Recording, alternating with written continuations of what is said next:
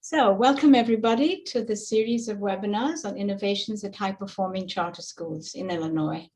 The series is made possible through an ISB contract with Measurement Incorporated and the Senseo Group. I'm Sarah Silva of Measurement Incorporated, and my colleague Tanya Yarosovich is from Senseo. Tanya, please wave. All right.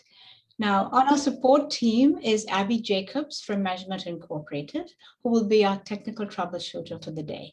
Please wave, Abby. Thank you. And you can chat to her if you're having technical issues. Now, today's presentation is about how to foster college enrollment, persistence, and completion among first-generation college-going students. Our presenters will demonstrate how they achieve some pretty remarkable results. Now, this webinar is being recorded and will be archived in the Best Practices corner of the Charter Schools page of the ISB website. To start us off, we're keeping everybody muted till it's time to participate. And at that time, you can unmute yourself. And if you have a question, use the raised hand function that appears in the chat box.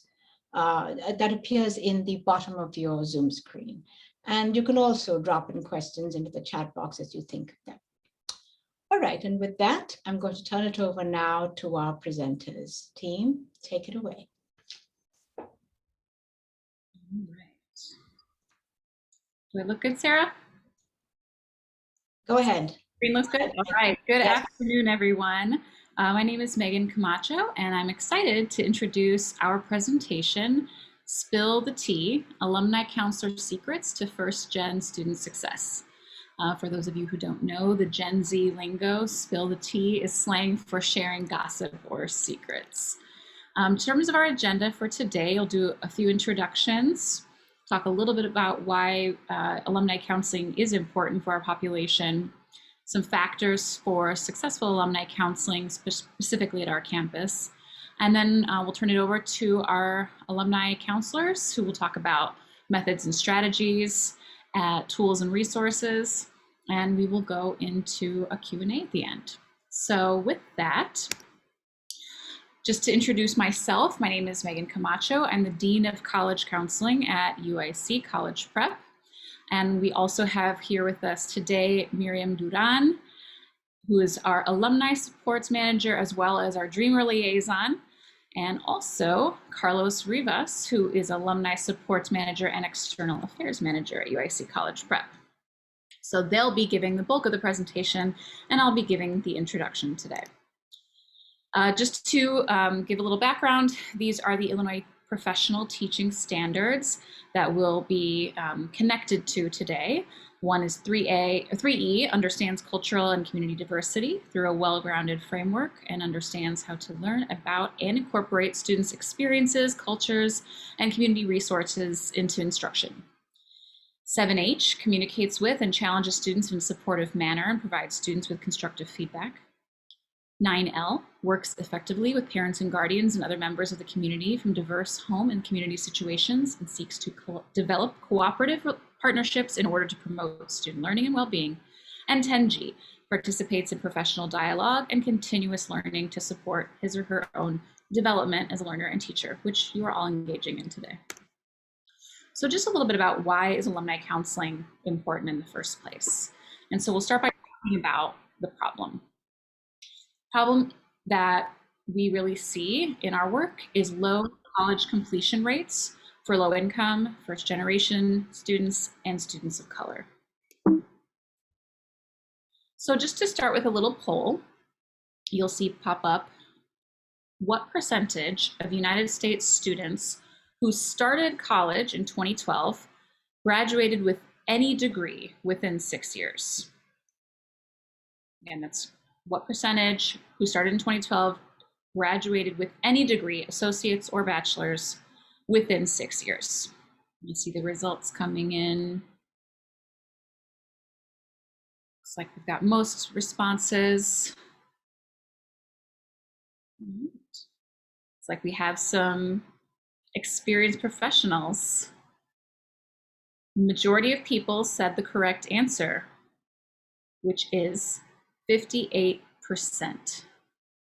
So this is all students, regardless of background. In 2018, just 58% of United States students who, regardless of race or income, who started at any college in the fall of 2012 had earned any degree 6 years later, according to National Student Clearinghouse Research Center.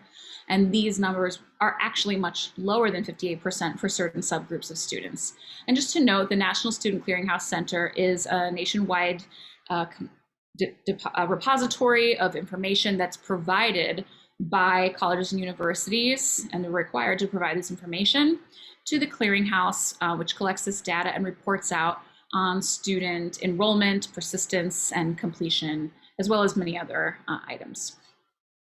And one other note, and we have on the page, is that generally the nation measures 6-year completion of a 4-year degree, and that should say, I apologize, 3-year completion of a 2-year degree.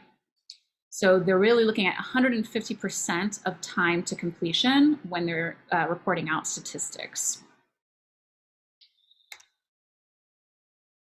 Now the second poll, we're going to do one other statistic first.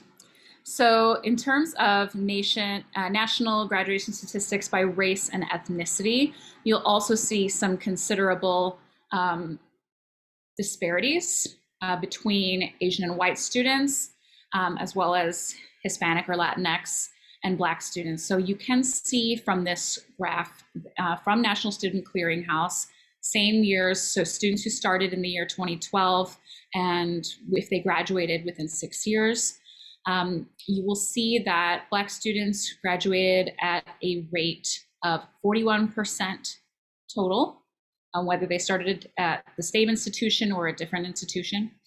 And Hispanic students graduated at a rate of 49.5%, while white students were up to 67% and Asian students at 70.3%. These disparities are also seen in terms of income. And so for our next poll, I'd like you guys to answer the question, what percentage of US students from the lowest income bracket who started college in 2012 graduated with a bachelor's degree within 6 years, specifically a bachelor's degree? The answers are either 25%, 30%, or 35%.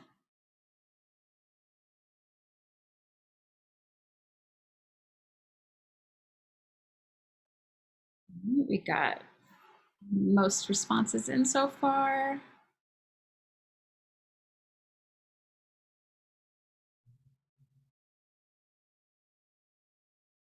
All right, so again, we have some great experienced professionals in the audience, it looks like. And it looks like 88% of you said response 1, which was 25%. And that is the correct answer. So if you look at this next graph, national graduation statistics by household income. So this is looking at income brackets. The first income bracket you can see is $0 to $32,000. The next bracket up is $32,000 to $60,000, et cetera, et cetera. So these are essentially income quintiles, divided up in 5 parts. So you will see that just about 25% of students in the lowest income quintile in that $0 to $32,000 range graduated with a bachelor's degree within 6 years. So as compared to families in the upper income quintile of $150,000 or more who graduated at a rate of over 60% within 6 years. So these disparities are pretty staggering. And just to quote from an article where this data was pulled from, this graph was pulled from, 2015 article from Box about the income gap in college graduation. College, seen as the last best ladder to the middle class, has become a potent replicator of socioeconomic privilege. Students from wealthier families are much more likely to go to college and to graduate than students from poorer families. we see the role of our college team and alumni counselors at UIC College Prep as one that aims to eliminate the predictability of socioeconomic factors in college completion. That is, our goal for our students is to be able to graduate college at the same rate as students from the highest income bracket. And that is a long-term goal. It's not a goal that anyone is achieving right now nationwide, but that is our hope, and that is why one of the main reasons that we provide the support that we do at our campus. So just a little bit about our campus. So in terms of our history of success, we actually have the highest post-secondary attainment index of all open enrollment or non-selective high schools in Chicago public schools, either charter or non-charter.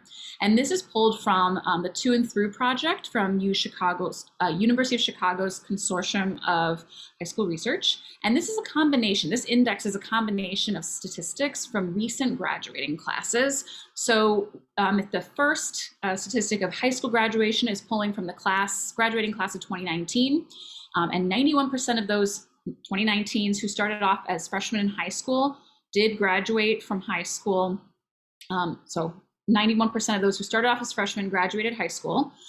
For college enrollment, it's looking at the class of 2018. And of those, in terms of college enrollment, 91% of those who graduated high school enrolled in college. So they enrolled the following fall from the class of 2018. In terms of college persistence, that's actually looking at the class of 2016. This is just the way that they created this index, so we didn't make this up. That 76% of 2016s made it to their third year, made it through their third year of college and persisted all the way through 3 years of college. And then 56% of our 2012s graduated with a college degree. So these numbers in the red for UIC College Prep compared to CPS are all higher than the average of Chicago public schools. And again, if you combine them all, they created a post-secondary attainment index. And we were proud to see that our campus had the highest of the non-selective schools in Chicago public schools. So just a little bit more about our campus before I turn it over to our alumni counselors. At UIC College Prep, we are one of the many campuses of the Noble Network of Charter Schools. We have a total enrollment of just over 1,000 students, including a senior class of about 212. We are non-selective, and the only requirements is that our students complete an application, live in Chicago, and complete their 8th grade graduation requirements. Our campus opened in 2008, and we graduated our first class of seniors in 2012, which is actually the year that I started, is the 2012 school year with our first class of seniors. We serve about, like I said, this is for the senior class. Our senior class is about 64% Latinx, 31% Black, and about 85% free and reduced lunch.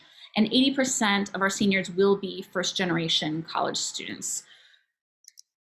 One of the factors that I believe is really important to our success is that it's not just college counseling team who's buying in to the supports that we provide. It's an entire staff buy-in, and it comes to our mission and our vision and our strategic plan. The mission of UIC College Prep is that our UIC College Prep community prepares and empowers students to make a positive multi-generational change through their college degrees and careers. And our vision is that UICCP ensures that all students have equitable and positive school experiences that equip them on the path of their choice, leading to 75% of alumni completing college. Again, that is our long-term vision and one that we hope to achieve. As you can see, this is an image of our strategic plan. We update this every year. And what's important about it is that our mission and our vision are central, and both are very heavily centered on college completion. And our key measures of success, as you can see, college persistence is the first section of our key measures of success on our strategic plan. So when we talk about our all school results, and we share that with our community and we share that with our staff, college is very central to our mission, our vision, and our measures of success. I also will say that in order to have strong supports, you need to have strong structures in place. And so when I first started, or actually my second year, just a snapshot of what we looked like in the school year 2012-13, we had 2 college counselors, one of them, which was me at the time, acting as a part-time alumni counselor. So we did not have a designated full-time alumni counselor, and we had a very tiny budget for travel to visit some alumni and some minor scholarships. Fast forward to now, our college team in this year, 2020-21, we have a dean of college counseling, 3 dedicated college counselors who work primarily with seniors, but really all 9th through 12th grade, 2 dedicated alumni counselors who you will meet today, and a significant budget allocated for alumni counselor travel, support for alumni, incentives, as well as scholarships. And you'll hear more about our budget from Carlos later. And the last thing I wanted to say is that when hiring for alumni counselors, something that I'm looking for, of course, strong interpersonal and relationship building skills, but also strong knowledge of barriers as well as success strategies to college completion for first-gen, low-income, and students of color. And most importantly, I think it's important to note that the counseling that they provide is more akin to higher education advising professionals than to high school counselors. And so when we're looking for people to fill this role, and we've been very lucky to have Miriam and Carlos on our team, we're looking for people who have a really great working knowledge of higher education, academic advising, financial advising, and how those play into student success within the college arena. So with that, I'm excited to introduce our first alumni counselor, alumni supports manager, Ms. Miriam Duran, who is going to share a lot about our strategies and resources with you. So take it away, Miriam. Thank you, Megan. Hi, good afternoon, everybody. Thank you so much for joining us. So as Megan mentioned, our greatest role is to help our students overcome these institutional barriers that would prevent them from persisting and graduating in college. And so in many times, this just means that we are serving the roles that several campuses have at their schools, right? So we serve the role of financial aid counselor. Sometimes we are an academic advisor. Sometimes we're a friend they need to listen to and just vent. And other times we are serving as a more of a coach that is helping them guide through this method of empowerment that will ultimately lead them to learn to advocate for themselves on their college campuses. A lot of this is informed by our own experiences. Both Carlos and I identify as first generation college graduates, and through our own experiences, we know that we could have definitely benefited from somebody who held this position during our undergrad experiences. But as Megan mentioned, we are also higher ed professionals. Both Carlos and I have a master's in higher education. And so we use our different connections within the higher ed field to also assist our students. And a little bit about how Carlos and I support and share the responsibilities of our caseloads is here on the slide, where we are working with a full graduating class every other year. And we continue that support through their sophomore and junior year, and of course through graduation. So when we refer to, for example, the class of 2020, we are referring to the seniors who graduated last year as 2020s and are now freshmen in college. And so Carlos right now working with the 2019s who are their sophomores in college, and also now soon working with the 2021s who will be matriculating and completing the whole summer enrollment process as they turn to be college freshmen. So a little bit about how we support these classes now. So because we want to build trust with our alumni, we want to make sure that we're providing timely and accurate information. We believe that this is really just at the cusp of building that relationship with our alum. We want to provide them with this information. And so we devise some benchmarks with our team that we know will help keep them on a strategy of success. And these benchmarks are listed here. As I mentioned, summer matriculation is super, super important. Our team has a huge focus on summer mulch, and that could almost be a whole presentation within itself as far as all the things that we try to help our students accomplish during the summer. But we also help look at their courses and when they are dropping courses to see if they will be falling behind, if they fall below the 12 credit hour mark. We help them with FAFSA completion. We know that if by February they still have not renewed their FAFSA, something's going on, right? We need to check in with them along those lines. In addition, we talk about scholarship renewals with them and meeting with their advisor. We want them to make these connections with their campus supports so that it's not just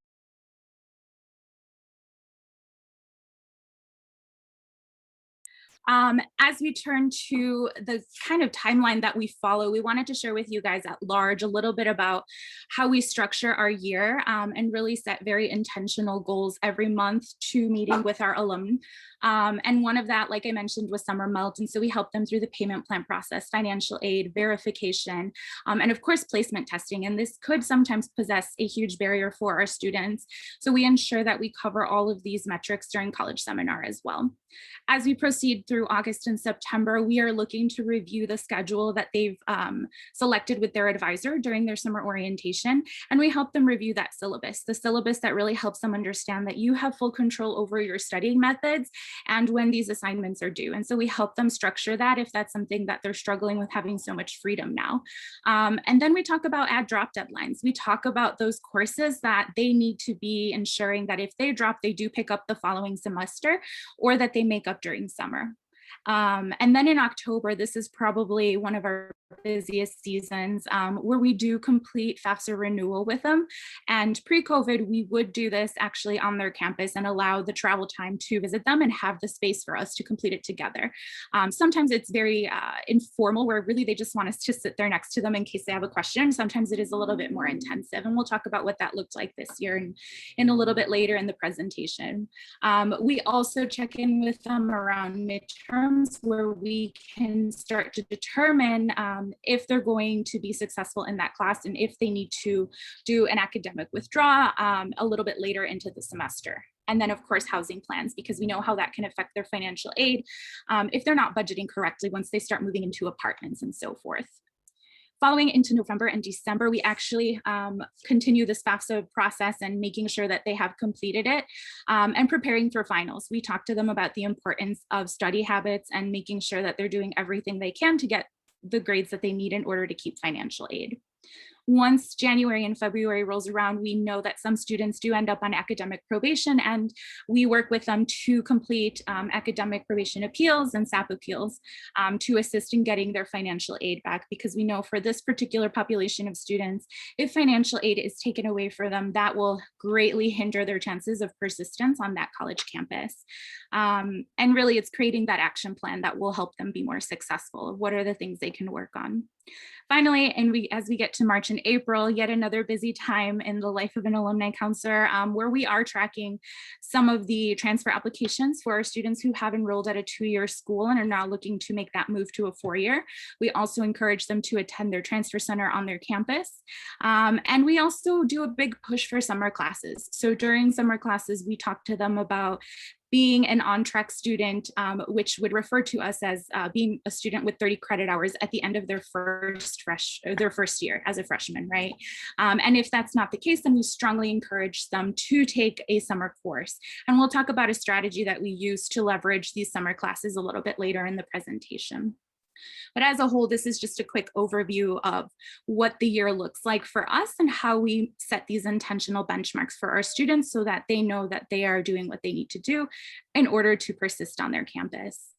What we're going to turn it over to now is Carlos, where we talk a little bit more about the imposter syndrome and how this is also part of our practice.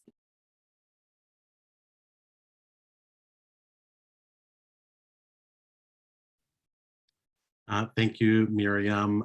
Thanks everyone for being here today. I wanted to begin talking about the relationships that Miriam and I build with our alumni. That is an absolute huge part of the work that we do. We would not be able to do the work that we do without having great positive relationships with our alums. The way we do this, as Miriam said, when we split the caseloads, because I have the 2019s who are sophomores, that means that I'm spending more time now working with our 2021s who will be on my caseload in the fall to get to know them, get to know their interests, and hopefully get to know them on a little bit more of a personal level, because building that strong connection is what's going to help me later on when we have to have tough conversations, because it's not just about the benchmarks that we have in order to help with persistence. It's also about the relationships that we build, which really can support a student to come to us in their time of need to be able to succeed in college. So Miriam and I both have degrees in higher ed administration, and we learned so much in those degree programs. And for me, I've been a practitioner. I've been doing this work now for 6 school years.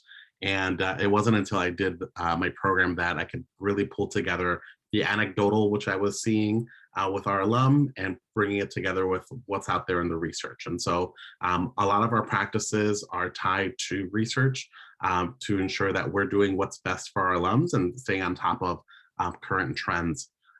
So one of the things that we talk to our students about, this is in senior year, and we'll bring it up all the time with our alumni because it's such a prevalent problem, is the imposter syndrome. And so I didn't have this terminology of the imposter syndrome when I was in college.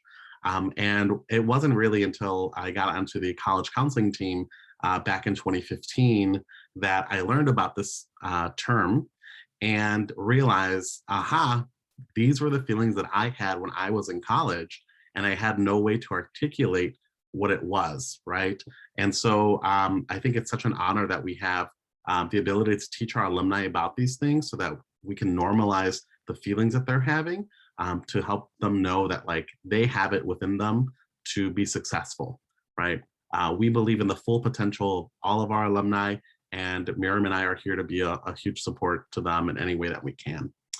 So the imposter syndrome, I actually want to read this aloud because it's so important and it's so prevalent in the work that we do. So the imposter syndrome refers to people who have a persistent belief in their lack of intelligence, skills, or competence. They are convinced that other people's praise and recognition of their accomplishments is undeserved, chalking up their achievements to chance, charm, connections, and other external factors. Unable to internalize or feel deserving of their success, they continually doubt their ability to repeat past successes. When they do succeed, they feel relief rather than joy. Now, I do say that this is really prevalent because this feeling even exists after college, right? The imposter syndrome doesn't go away when you graduate with your bachelor's degree or when you graduate with your master's degree, because this is something that we can all feel even in our current careers, right? All of us that are here at our presentation, this is something that, a phenomena that is really affecting our students and ourselves. Now, this imposter syndrome comes from, primarily affects people from non-dominant groups, underrepresented groups, so the populations that we work with. And then these feelings are really, really powerful because they can actually result in behavior that undermines achievement and limits opportunities.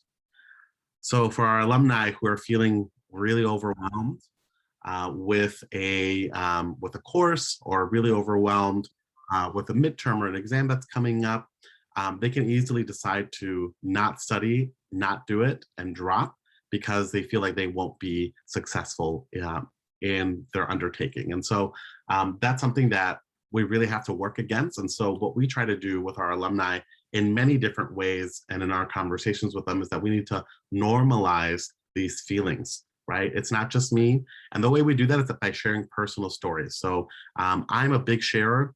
I have to be watched for time all the time when I'm talking to our alumni and I'm teaching our college seminar class, because I love to tell stories about myself and about our past alumni experiences. And so we have to be truly vulnerable with our alumni so that we can connect and show them that these feelings that they're having are feelings that many people have.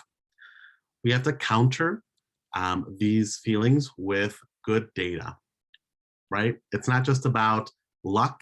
It's about, what are the things that you did to help you be successful in this class in the past? How did you do it in high school to be able to be successful in your coursework? Those are the same skills you're bringing with you to college. You're already building yourself up. And so we need to keep building up our alumni in that way. We like to help our alumni also keep a list of their accomplishments, right? We're celebrating them at every way that we can. As soon as an alum shares a photo of them on the dean's list, we want to share that out because praise is really going to build within all of our alumni that, you know, these are successes that we're all experiencing and that we all can experience. So we need to celebrate those successes and really take time to question where those feelings come from, right? Where that imposter feeling is coming from. And for me personally, it was obviously that I'm not from the dominant group. And, you know, I was very different from the peers in my college because of income, because of background, because of race. And so it's really easy to feel that way and know that these feelings are something that other peers are feeling as well. Another part of our counseling model is that obviously we talked about assets in terms of imposter syndrome. You are building up your own successes.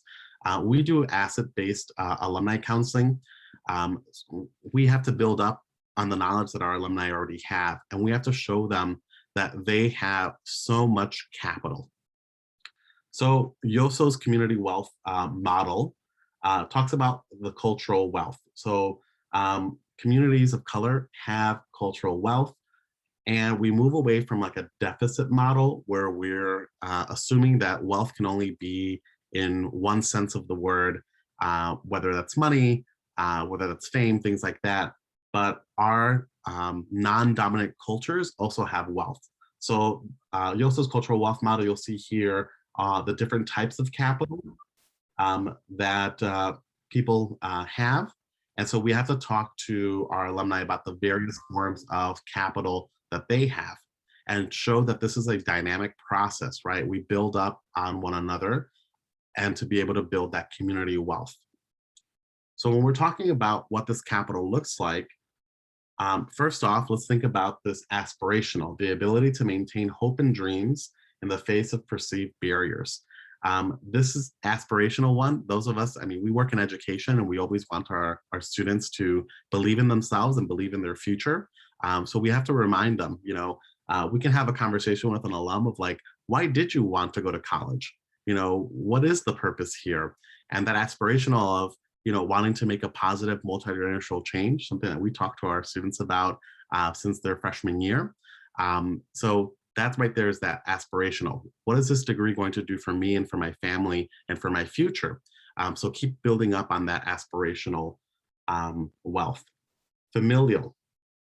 So the social and personal resources students have in their pre-college environment. So this is typically family members and community networks.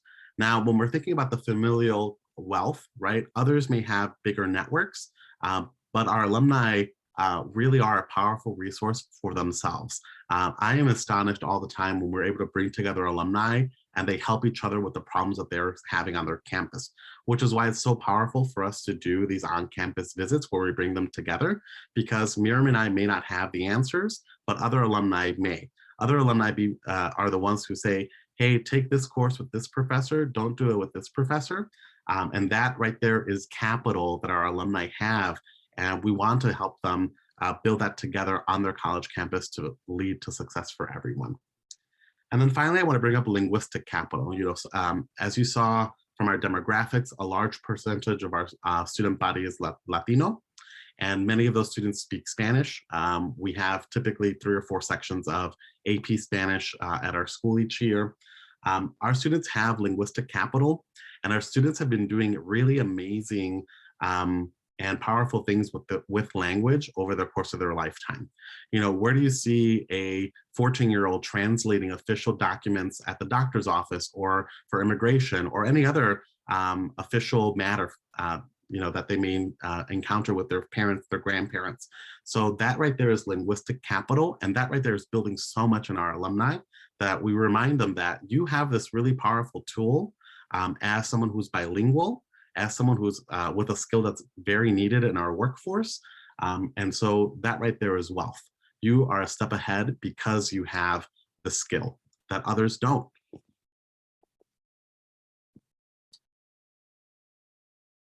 So I'm pass it back to Miriam.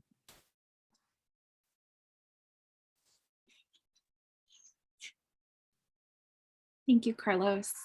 So this next portion that we're going to talk about very much ties into the trust that we are hoping to build with our alumni. Carlos did an incredible job of, discussing the ways that we tried to build up our students. And a lot of that can be done virtually and it can be done at the high school setting. But it is one of those things where until you're in college, you really don't know what you're getting yourself into, or you truly don't understand the things that we are trying to share with you guys. And part of that is the social and emotional support that we can bring to our alumni.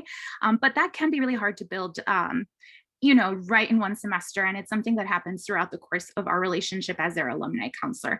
And for us, that means showing up, and that means showing up in person, which is why we really take a data-driven approach to our campus visits, because we want to continue to build that trust and show them that we are a reliable source that can continue to be there for them when they feel that they need something. So this means that we are traveling to do meaningful check-ins with our alumni to some of our top enrolled campuses. And we'll talk about budget for this later, but we do have an allocated budget that allows both Carlos and I to travel to our top enrolled campuses. This is just where we have the highest volume of alum, and we can check in with multiple alumni during that day. We do prioritize first semester travel. As we all know, entering college as a freshman can be a super scary thing. And what we try to do is bring a familiar face from home to their campus so that they can begin to feel that adjustment and really begin to feel comfortable in this new setting that we eventually want them to call home, right? And feel a place of power. And so we do these activities that also kind of help break down that stress of what a scary institution could be for them, right? And so we'll do things like we'll do bowling, we'll go to a cooking class with them, we'll do frozen yogurt. And the goal is just to begin to continue to develop that familial capital, even amongst themselves that Carlos was talking about, where we invite our older alum to come in and almost serve as like mentors and share their experiences and get an opportunity to connect with these younger alum. And also it gives us a great opportunity for the students who don't typically come out or reach out to us. It gives them more confidence in just being like, oh, okay, it's okay that our alumni counselor comes to check in on us. They're not a scary person. They're not here to yell at me that I didn't go to class that one day, right? They're just here to make sure that I'm overall doing okay.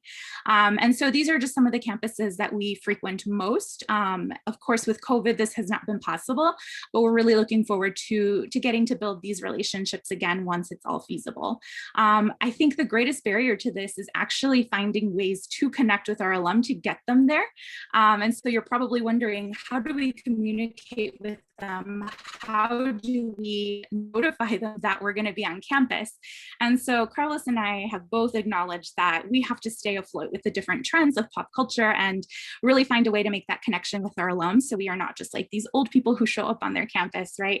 And so speaking a little bit to the demographics of our population, we know that our alum are predominantly Gen Zs and millennials, and almost 75% of Gen Zs and millennials told researchers that they prefer texting as like their number one form of communication. And so for that reason, we do have the ability to share our cell phones with them, and they can text and feel free to communicate when it's best for them. So we do that with them in college seminar. We let them know in senior year that they can have our phone numbers. And for some of them, that's really cool because it's like having a teacher's phone number. And then they realize they can connect with us throughout their time in college.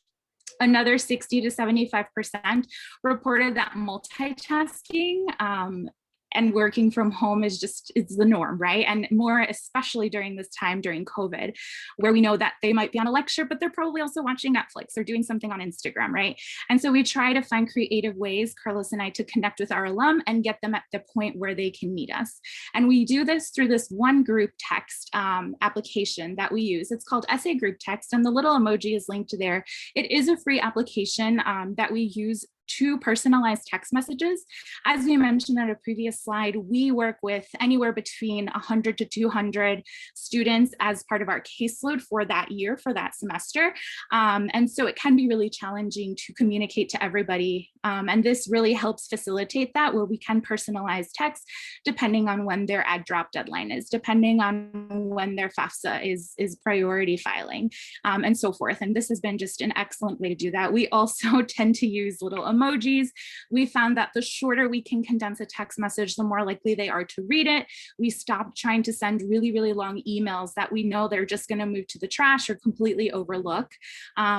during COVID, when possible, we do short videos. And so we'll just like connect with them and send them the link to our video. So if they really don't even want to read, they could just hear from us. And that's just a quick method to do that. And then of course we use little GIFs and memes to try to get their attention and really be that cheerleader and that additional support that we really want to be for them as they go through these different stages of their college career. So other ways that we actually help connect with our alum is through social media. So we do have an alumni Instagram and Facebook. We did try Snapchat, that was not our favorite, so we quickly nixed that. But we do try to connect with our alum in different ways that they would be, seeing this information. We of course send emails, and then we talked about the in-person visits. One of the great things about COVID, if there are any, is that we were able to leverage these Zoom meetings, and they just became such a norm for our alum, easy way to connect and just grab some information from us, and we can walk through the processes together through a virtual screen, right? And it's super easy. We also, at our high school, and similar to all the other Noble campuses, have an advising system. And so high school students are paired with an advisor, and they stick with this quote unquote advisory or homeroom, if you will, throughout their 4 years. And so they build this connection, this network of peers who are there to support. And we try to replicate that and tap into that as much as possible in the college setting. But when we don't hear from an alum, or we are concerned, we know that we have this additional resource in the school. And that kind of goes through our staff buy-in as well, where we know that we can reach out to the advisors, but the advisors can also reach out to us and let us know, hey, I spoke to so-and-so and they said they were struggling with so-and-so. Can you guys reach out? And frequently that's been one of the greatest successes, as well as to leverage that communication and build that trust. And then we always ask for student referrals. So whenever we do get to meet with an alum, we'll say, hey, is there anyone from your advisory or anybody that you're friends with from UIC College Prep who you think could use a check-in from us, or who you could share this information to? This year we did a pilot program for college ambassadors, where other ambassadors kind of serve as like the students who will disseminate information to their class. And that could be as simple as like posting it on their Facebook or Instagram story, so that they know that there's information coming from us. And we'll talk about what things we typically like to highlight in this next slide. But there's different events that we conduct and that happen throughout the year. And so, for example, as Carlos mentioned, when we have a FAFSA raffle gift card event, we want to make sure that as many students can enter as possible. When we're coming to campus to do a bowling night, again, we want to connect with them. And so these are just some of the sample events and activities that we've hosted throughout the years. Transfer Tuesdays was specifically targeting our community college students to not only help them feel adjusted onto their campus, but also help them remember the bigger goal of why they started there. And that was to make an additional, a successful transfer. And so we encourage them to attend their transfer center, but we also show up to their campus and just to sit in their general lobby. And if they have questions in between classes, to know that we are there as well. So that has always been super important in making sure that all of our schools are receiving that same type of support and attention. So when we conduct these meaningful check-ins and we go to campus, or we show up with like a mission in mind, we have our students use Calendly. Calendly is one of the other tools that we use to effectively schedule our meetings. And we try to be a little sneaky in these and scheduling specific questions that we want them to answer. And so this is a sample of some of the questions that we would ask, one of them being, how many credits are you enrolled in? And this one's really important to us because it will let us know several things, but mainly if a student is full-time or part-time, which can affect their financial aid. And many of the students kind of forget that piece, right? That if they drop a class and they fall below the 15 credit mark, they might be looking at adjustments in their financial aid packaging. And we want to remind them to stay on track with that. And then we also ask them if they've registered for the following term. So right now, it is April, right? And so if by the end of April they answer no to this question, that they still have not registered, that's definitely a red flag for us, because we know that we have to follow up with them and figure out what's going on. That probably means they have a hold on their account, so they could owe money. We might be able to help with that. Or it could mean that they haven't met with their academic advisor and they have a hold on their account as well for that reason. And so that just kind of signals us to do a quick follow up with them to make sure everything's in order. So what happens when we show up to their campus or we meet with them virtually? We do what is called contact notes, or tracking, just general tracking of the services that we provide to our alum. And we use Salesforce as the means to track this. So during our one-on-one, there are different questions that we can ask them in regards to academic, financial, and social and emotional, if we've gotten to that point of trust with that alum. And what this does is that it helps us track the communication and kind of build a narrative, right? Build a story of what interactions we've had with the alum, and also from there be able to identify trends. So we can enter the date of the contact, the mode of communication. So that also gives us insight as far as how are we reaching most of our alum. For some time it was through Facebook chat. Now we've realized that, you know, one-on-one texting is the way that most of our alum respond.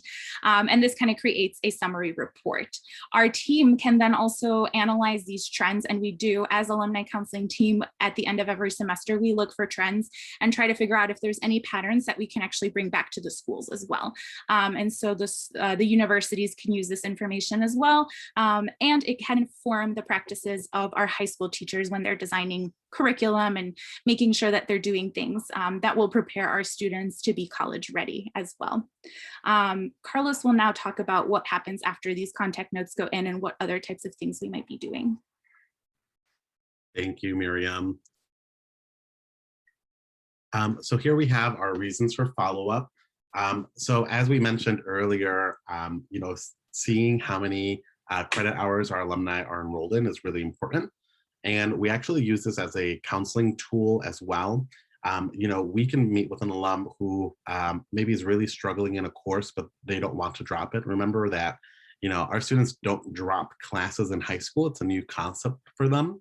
And so we want to be able to build in them the autonomy of, you know, what does my schedule look like and how do I manage the credit hours that I get so that I can get to that magic number, 120 credit hours to graduate.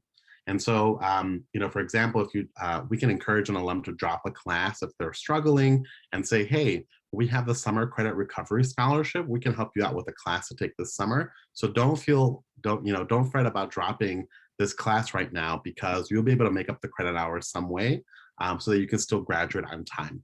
And so that is a sigh of relief.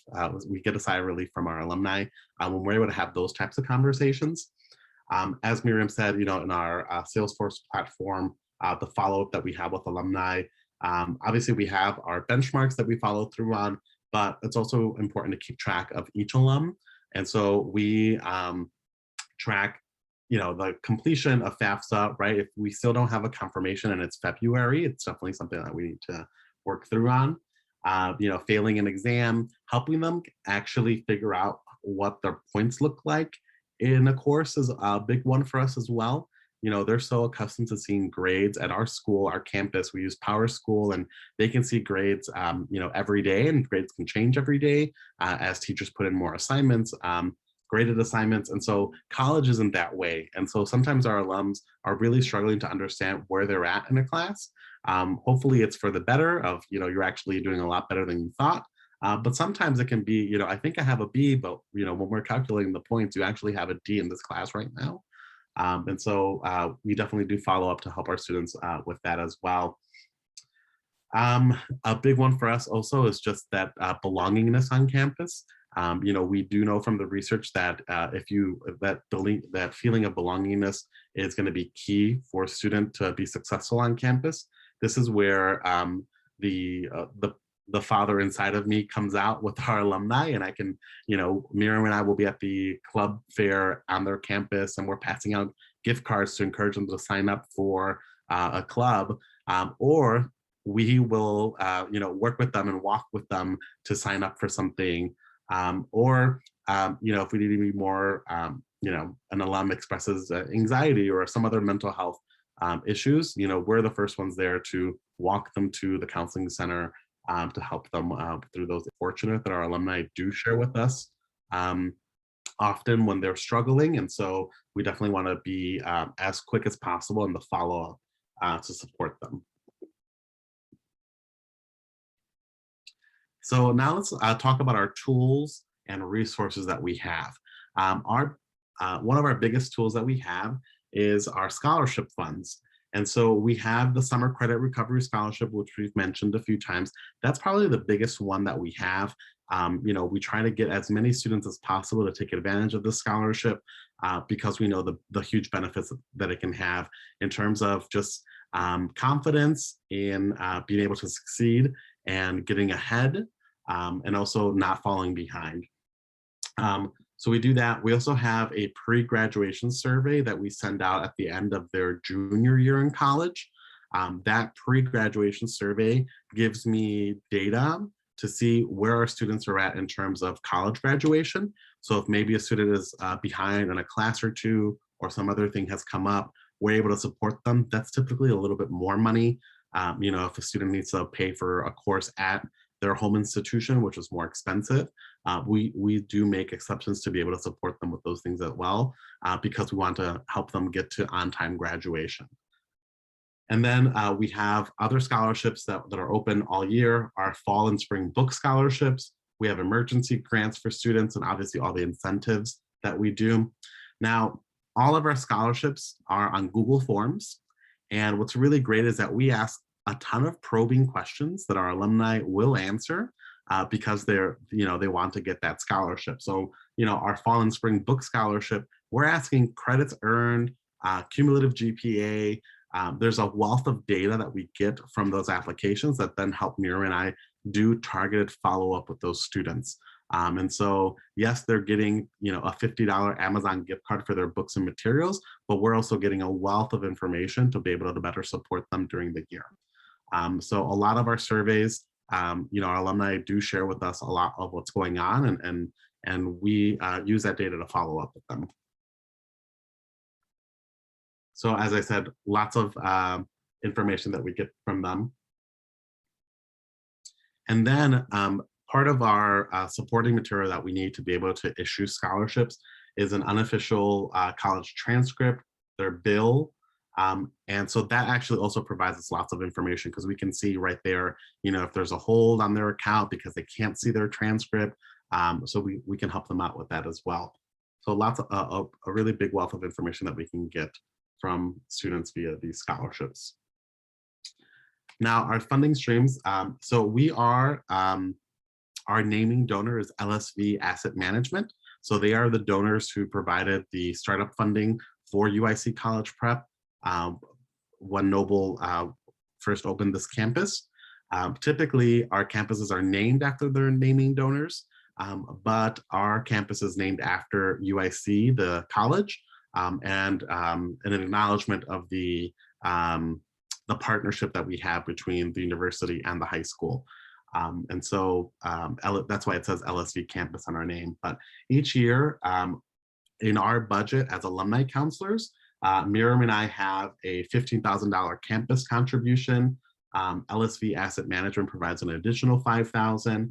And then we also have an additional $20,000 from the Butler family, who is a naming donor for one of our campuses as well, that is specifically for college persistence.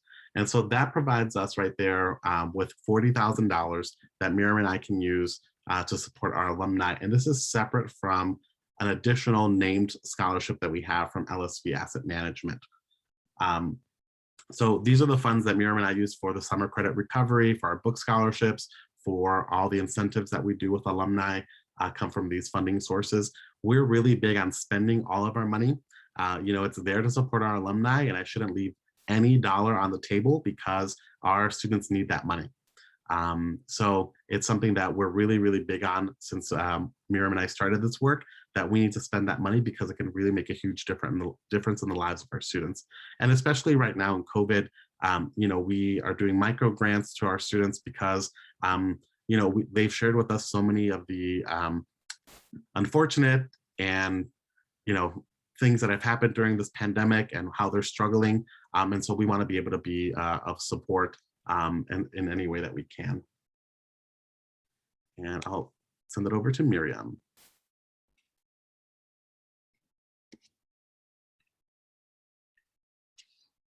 So as Carlos mentioned, COVID has definitely played a huge factor in our students' success and just the ways that they're adapting to their college life. What we're going to do next is hear from one of our students, which is Gina, and she's going to share a little bit about her experience, and then we'll talk a little bit through of like what goes into this counseling practice and what our next steps are and kind of where Gina is right now. Hey guys, my name is Gina Gonzalez and I attend the University of Illinois at Urbana-Champaign, but I am transferring to UIC.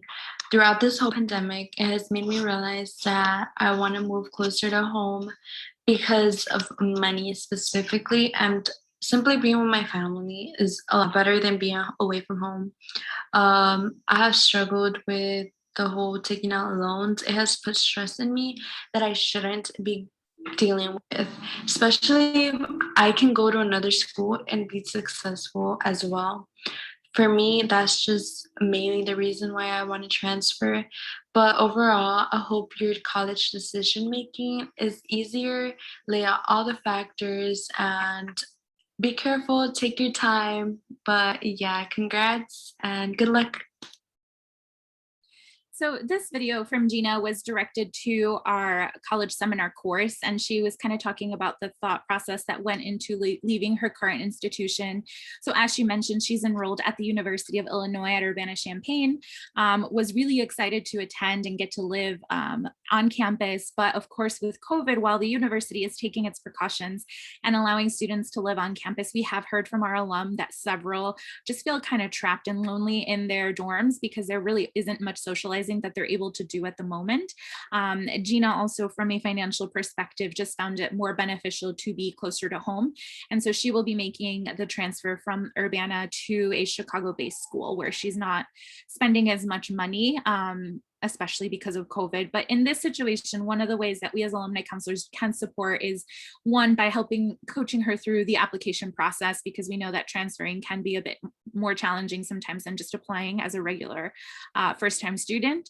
We assist with any fees that she might have associated to that application. And then we do additional follow-up to ensure that her financial aid is in order when she does decide to attend her newfound campus.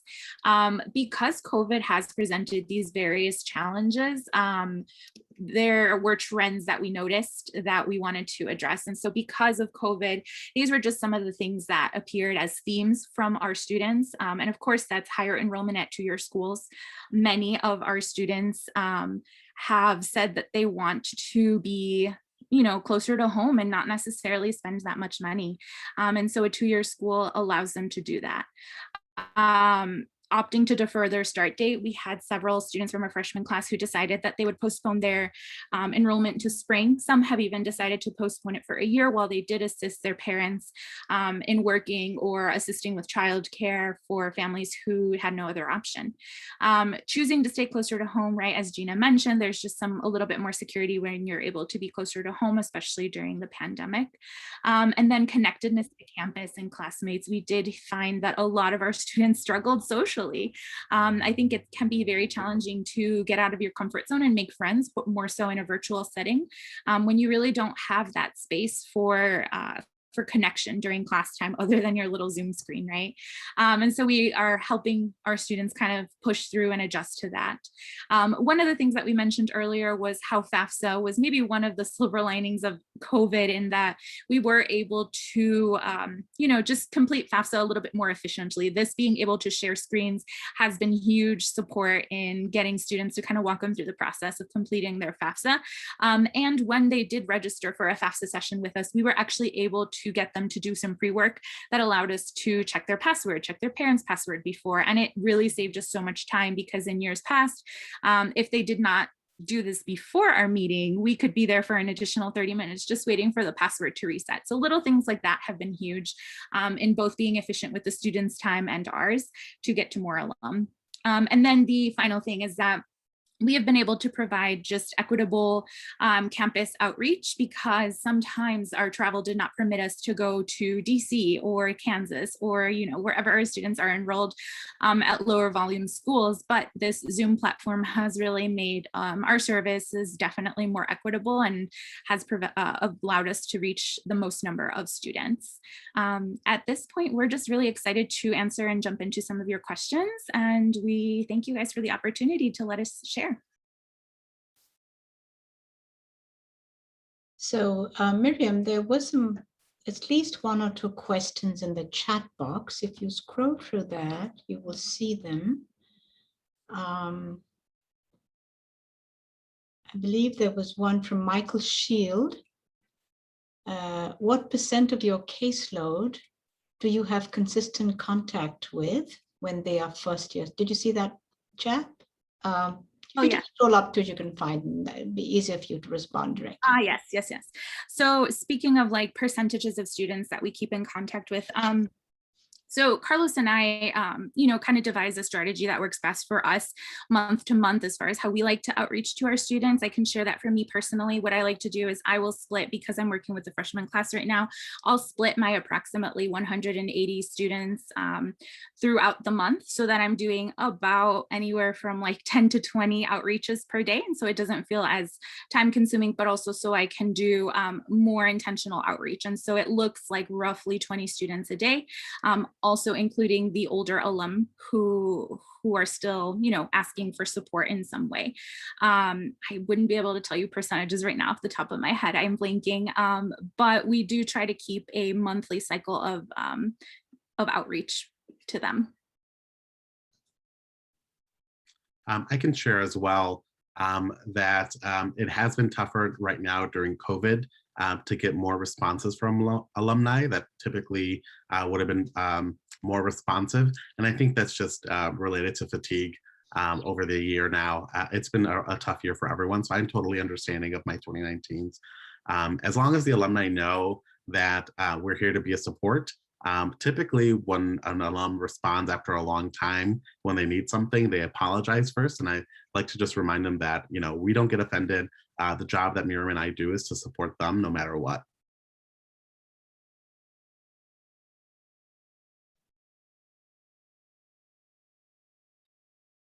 The follow-up question was how many students show up when we do have in-person special events?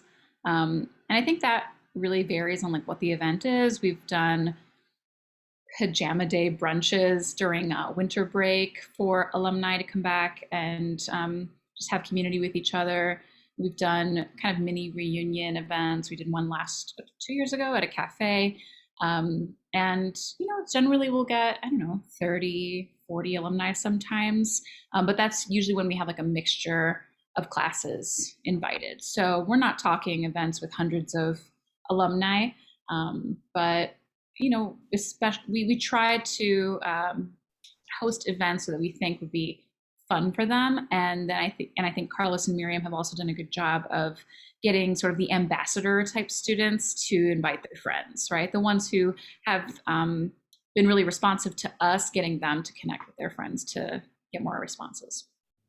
I'll add that our final event right before we went into lockdown last year was a bowling event at U of I, which was I was incredibly proud of, because I actually had 24 of 25 students on my freshman caseload show up to the event, which was absolutely amazing.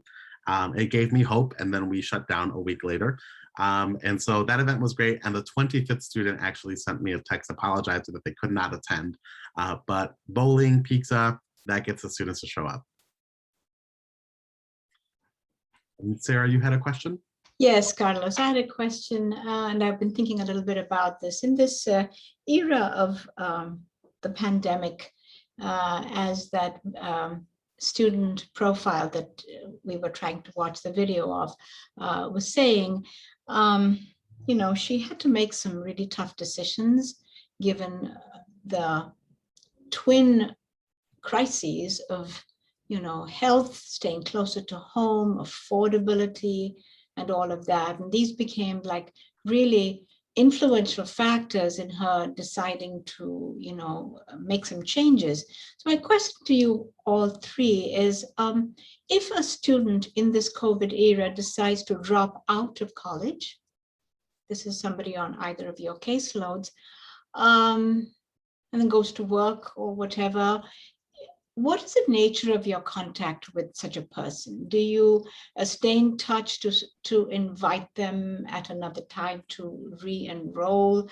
Do you follow up with them in terms of their capacity to re-enroll? A lot of it was probably financial. and other things, because you have been with them for so long that you're like a trusted mentor in so many ways, right? So when they encounter such a crisis that none of us in our lifetimes have encountered a pandemic of this magnitude, how do you stay in touch with them and how do you advise them? Yeah, that's a great question, Sarah. I think one of the things that we try to normalize for our students is to not use the term drop out, but stop out, because we realize that at any point they could decide to come back. And we're super excited to have those instances, but we know that that doesn't always come naturally, or that sometimes they may feel a little bit embarrassed to reach out for that re-enrollment process. Our team does a good job of almost once a semester reviewing all of our students who were previously enrolled and are not enrolled to do a follow-up targeted outreach around the time of enrollment at a city college, a community college, so that they know that, that option is always open and we'll always be there to support. We definitely, especially during COVID, do not want to force a student one way or another. While of course we want them to remain in school, we definitely have to understand what's best for their situation and their family. And so we're cognizant of that, but we do try to kind of keep that leeway open and always include them in any opportunities that we have from our offices, especially right now, the COVID micro emergency funds that we were talking about, those were open to our whole alumni population, regardless of if they were enrolled in school or not.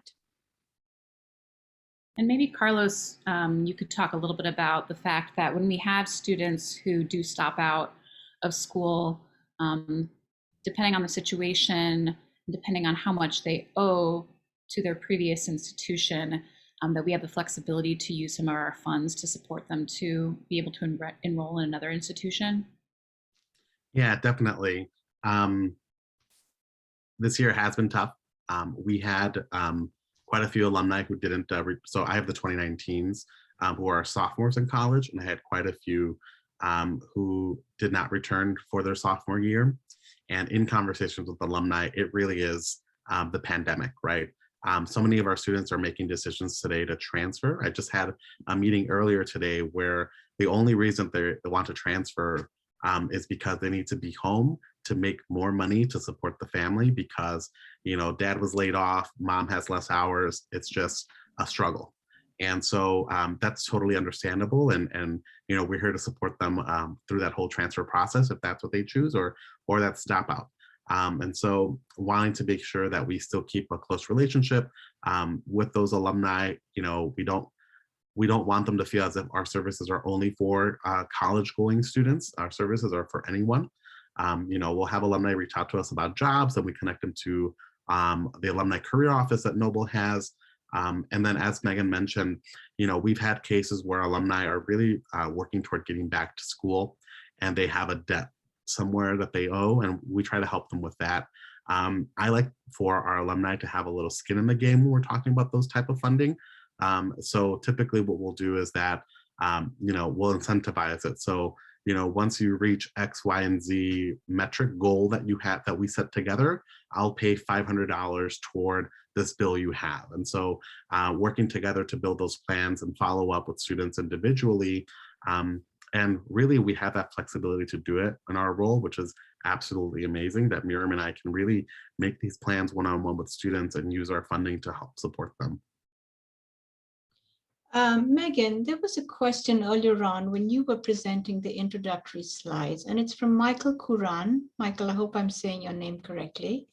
And his question is, he was trying to understand how those percentages on your early slides were calculated. I think one was from the Urban Institute and so forth. So can you speak to that now? I know he is still in our audience. If it is possible, can we pull up that slide again that starts with 91% and goes again 91%? Sure. So that's referring to the University of Chicago's 2 and 3 project. Mm-hmm.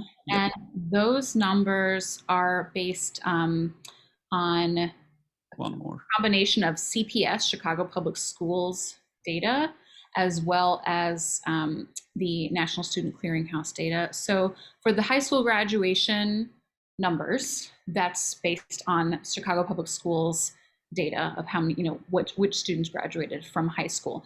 And actually, just so that you know, with the high school graduation, again, they're measuring for students who started as freshmen in our school or any Chicago public school, whether they graduated from any Chicago public high school. Since there is a lot of students transferring between high schools, they're just measuring, did students who started in a particular school graduate from any high school?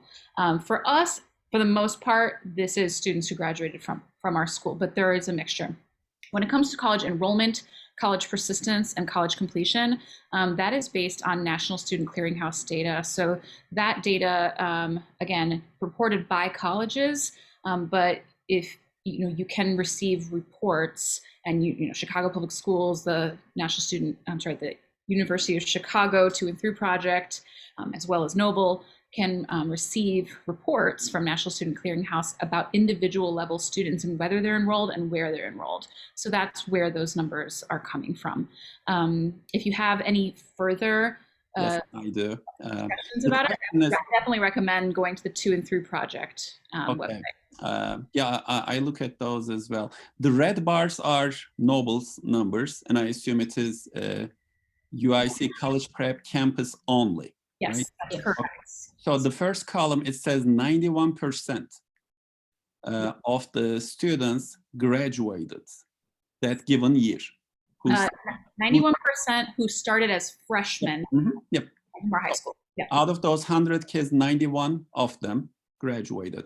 Now, when you go to the second bar, the college enrollment, it's again 91%. The specific question is it the same 91 kids that are enrolling in a college the following summer, or is it 91% of the previous 91 kids who were able to graduate?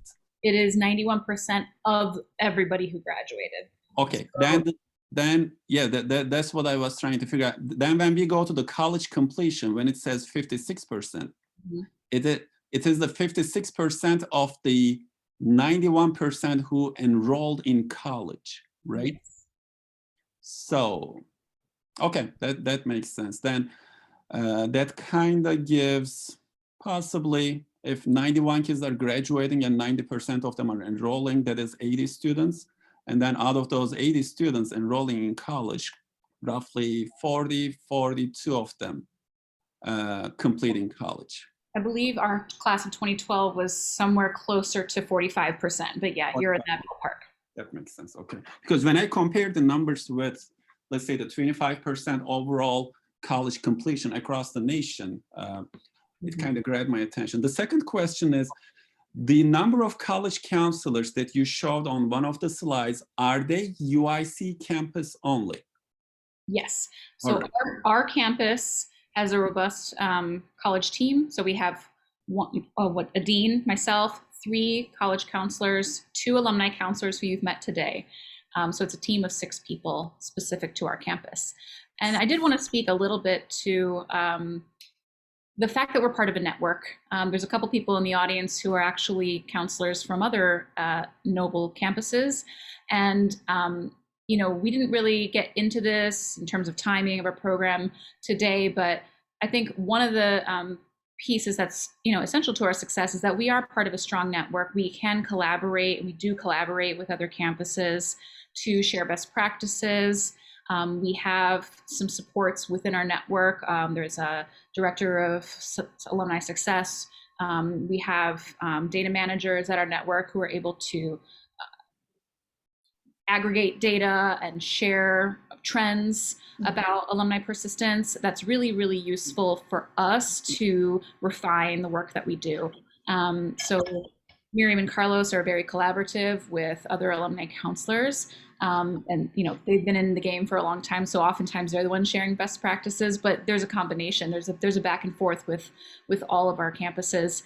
And we have email trees where people can share their questions, they can share successes, they can share concerns and articles with each other, and what's going on at a particular campus. Recently, there was an incidence of racism at a campus where many of our high school campuses have students, and so people were able to share that and gather information about what was happening so that we could best support the students who were experiencing incidents of racism on that particular campus. So the fact that we're part of the Noble Network, I think is really one more wonderful piece of our ability to support not just our students, but kind of all students in the network. What is the typical size of your senior class? Like how many students are there this year or last year? When I first started, it was about 150, and we've grown, so now it's over 200 for a senior class, and next year it's going to be about 240, and I think we're going to maintain around 230, 240 for our senior classes. All right. And my next two questions are related to funding related questions. You said there was $15,000 that come from campus contribution money that you guys spend on. Does it come from donations or does it come from the general budget? I don't think so I can tell you that the $5,000 from LSV is obviously from a private source, and the $20,000 from the Butler is obviously from a private source specifically. My understanding is that the $15,000 campus contribution is more from general funds, but we do receive a small percentage of our general fund that comes broadly from private donations. So in overall in our network, I want to say, do not quote me, but I want to say it's about 5-ish% of our network funding comes from private donations. And so each campus has a small allocation of that. So I don't know exactly the way that it's earmarked, but yeah, it's common. So then the last question, you may or may not know, or anybody on the team, the salaries of the alumni counselors, what is the funding source for those?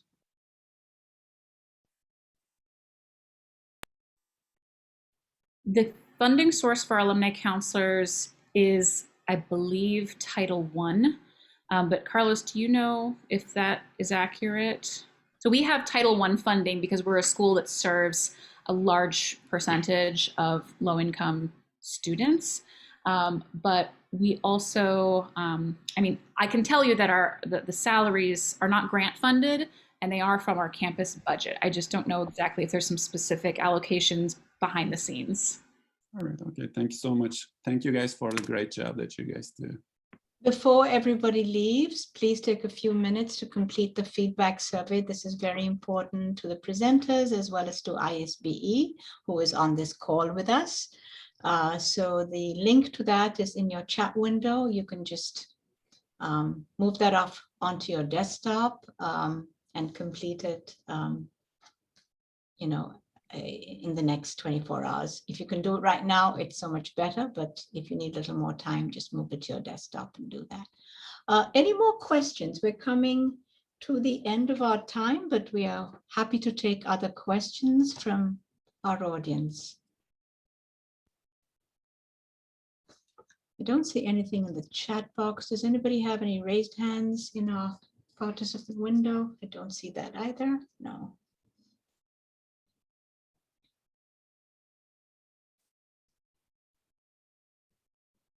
You've been a great audience. We certainly want to thank you for sticking and for asking such important, relevant questions.